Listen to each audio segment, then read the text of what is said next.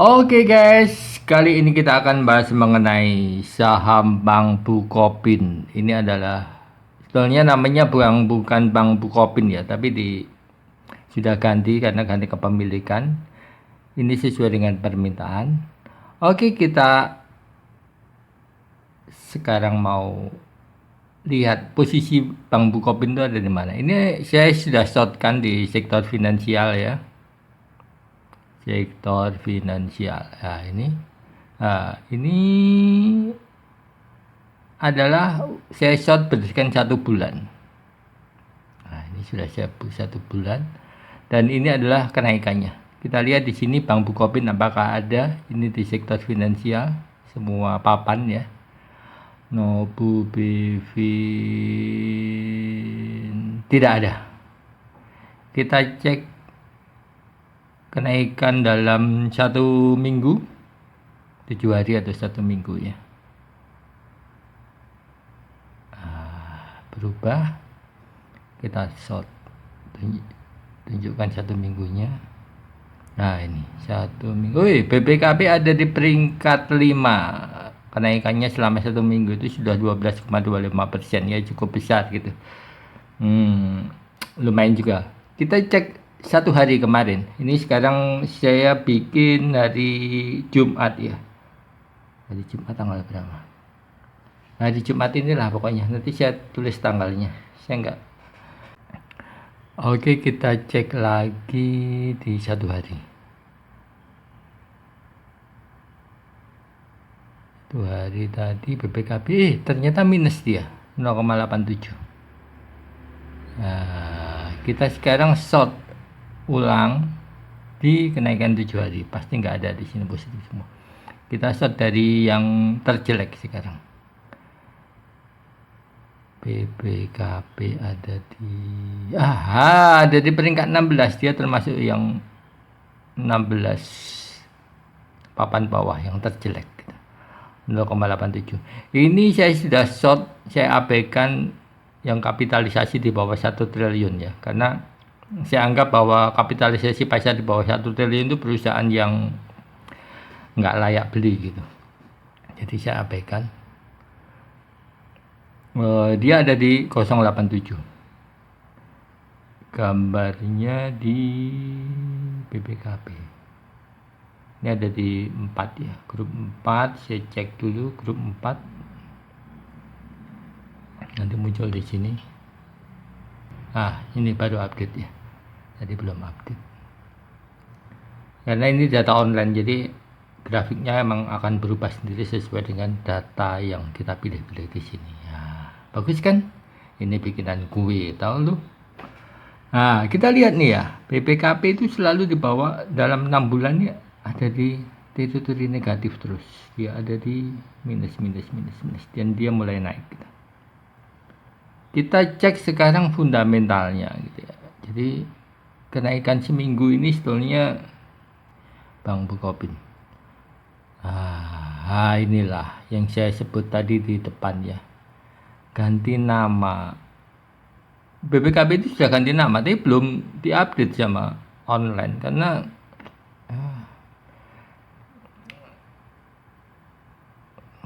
Bursa Efek Indonesia itu terlalu lelet gitu lah ya. Ini bukan asal kritik ya. Saya kritik itu untuk kebaikan nih.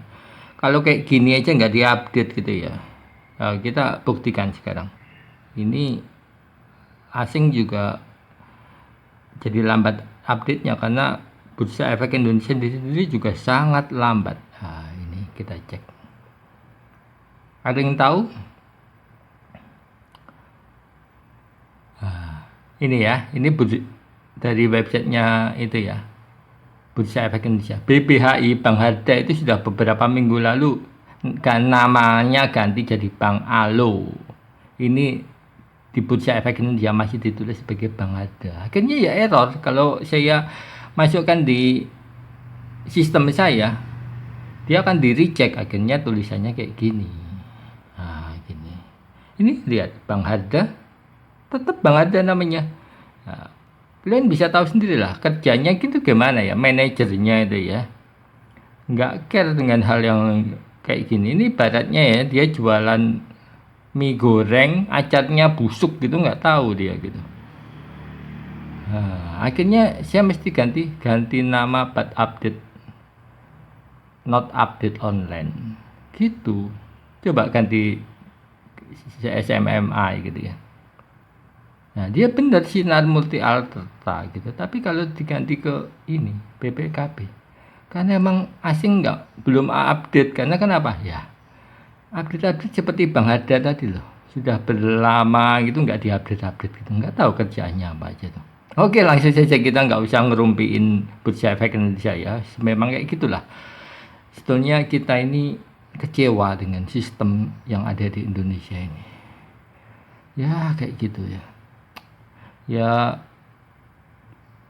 saya mau curhat sedikit ya. Sudah tahu BUMN itu kacau balau sekarang. Maksudnya kinerjanya itu buruk sekali gitu, kayak seperti Garuda gitu ya. Tapi tetap aja maksain yang itu, yang relawan-relawan itu yang masuk ke jadi komisaris gitu. Ya kita nggak apa-apa, tapi lihat tuh kinerjanya bobrok gitu kok. Ya Mbok Ian pakai perasaan gitu. Kalau mau aneh-aneh itu, kalau berprestasi nggak apa-apa. Kalau nggak berprestasi terus aneh-aneh itu kan bikin jengkel. Itu BUMN kan duitnya rakyat, bukan duitnya nenek lu.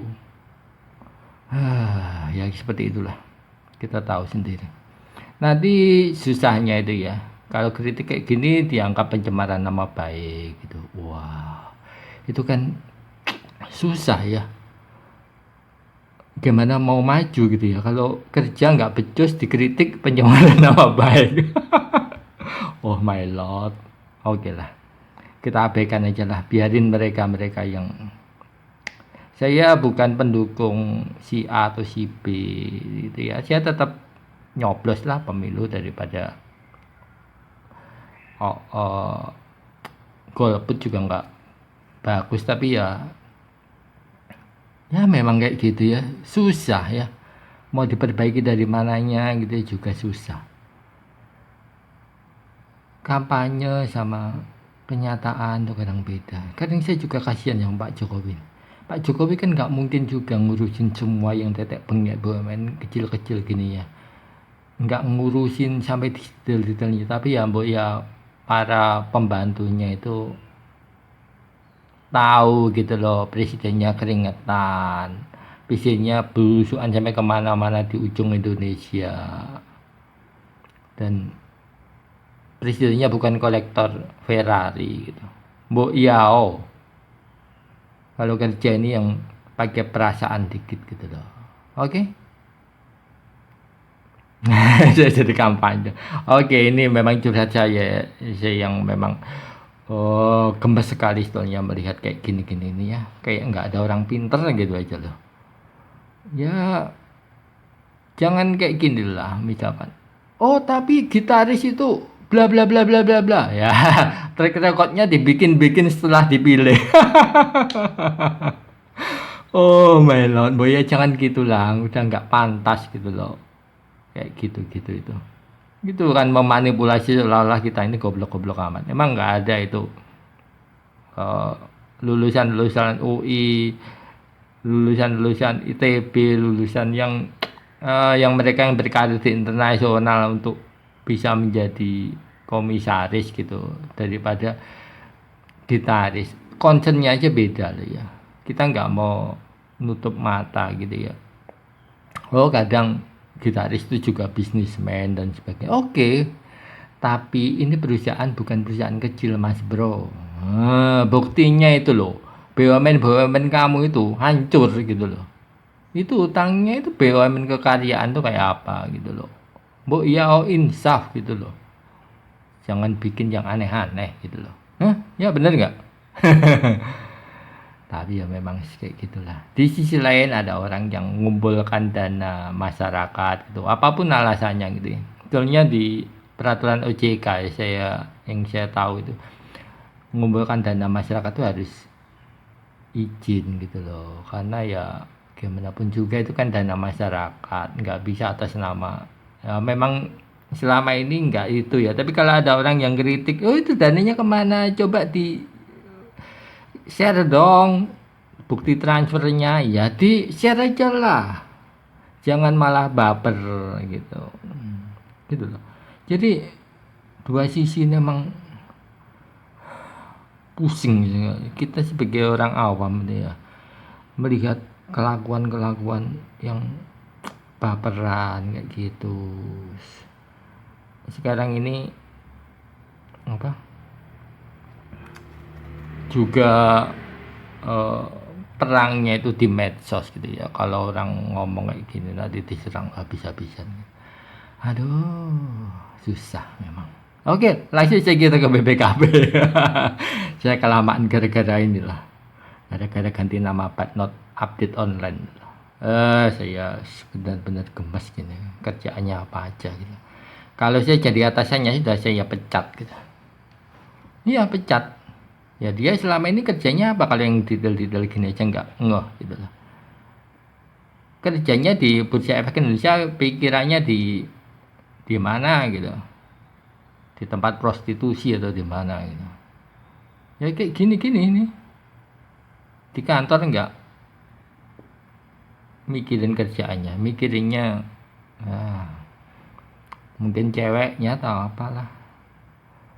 Wah, payah emang. Dan seperti ini harusnya ada yang tanggung jawab gitu loh. Ya ngaku aja salah, jangan nanti malah ribut-ribut. Wah, ini pencemaran nama baik ya, ini buktinya aja Bang Harda tadi loh. Tetap aja kan namanya. Akhirnya online internasional tuh.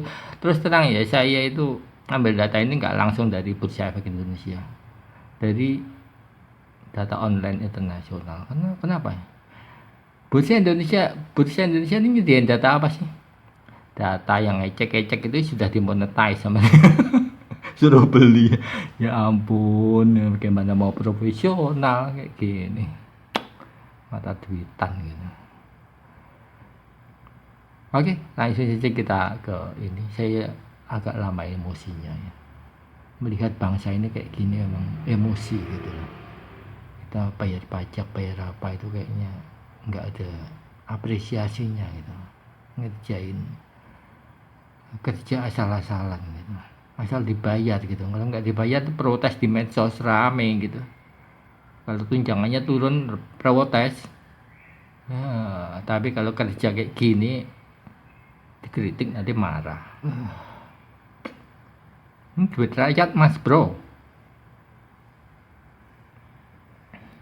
Oke, langsung saja kita ke Bank Bukopin.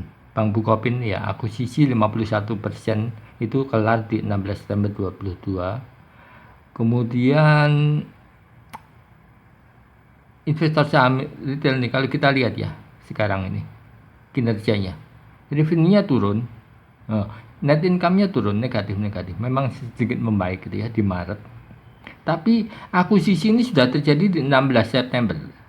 Terus kita lihat ekuitasnya, walaupun kecil cenderung menurun. Menurun. Liabilitasnya juga menurun.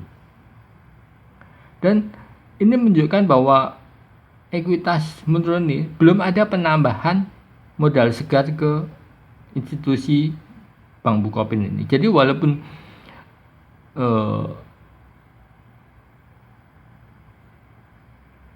Kukmin ini sudah akuisisi resmi di 16 September, tapi dia belum nambah modal, cuman hanya sahamnya berpindah aja gitu, dari pemilik lama ke pemilik baru. Yang dapat uang siapa ya? Pemilik lamanya. Jadi pemilik barunya belum melakukan penambahan modal, biasanya melalui right issue gitu. Kemudian di 21 April laporan keuangannya Maret ini juga belum muncul gitu, ekuitasnya nggak nambah. Iya, kalau lihat kinerjanya ya, ROA-nya dia minus terus, karena ini memang minus ya.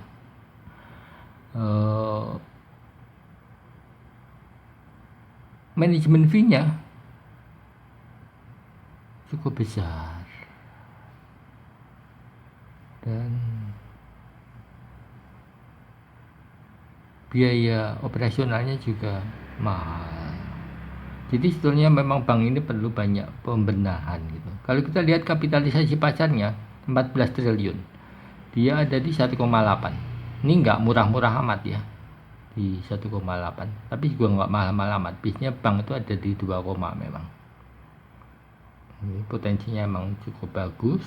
Kita lihat sekarang analisa teknikalnya. Nah, ini adalah chart analisa saya. Beda dengan yang ada di grafik Anda pasti. Karena ini memang buatan saya sendiri. Di sini ini bulan Januari ke Februari ya.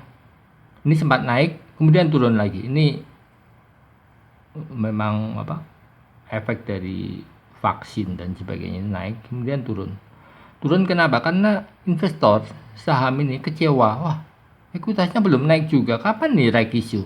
Belum ada pengumuman gitu, hanya bilangnya konsolidasi aja. Kemudian di bulan April, pertengahan April, laporan keuangan Maret juga belum muncul isu-isu reg issue. Isu-isu reg issue. Kemudian baru tanggal berapa ini? Ya, tanggal 10 Mei Bank Manajemen mengatakan akan melakukan reg issue 35 miliar dengan harga 100 dan durasi pelaksanaan 12 bulan. Itu sebabnya sempat turun sedikit, nggak apa-apa ini, sebetulnya ini false signal, kemudian naik. Memang bank ini akan, menurut saya, bank ini akan naik. Karena apa? Karena ada potensi kenaikan 3,5 triliun rupiah ekuitasnya.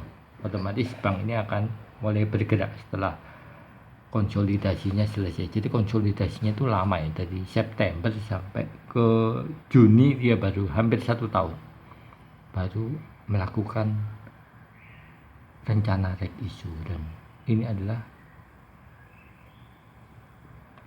early signalnya.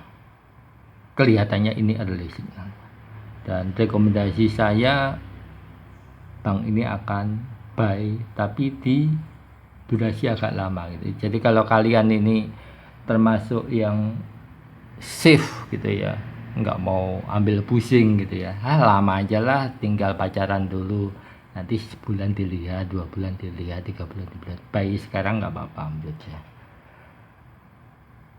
Tapi kalau kalian mau main cepat ya kalau kalian punya grafik seperti saya ini bisa kalian main cepat. Begitu masuk sini buy, masuk sini buy, lepas sini masuk buy. Karena ini tidak akan berubah garis lurus gitu ya, pasti akan seperti ini. Nah, ini adalah efek psikologis pasar. Jadi rekomendasi saya silakan buy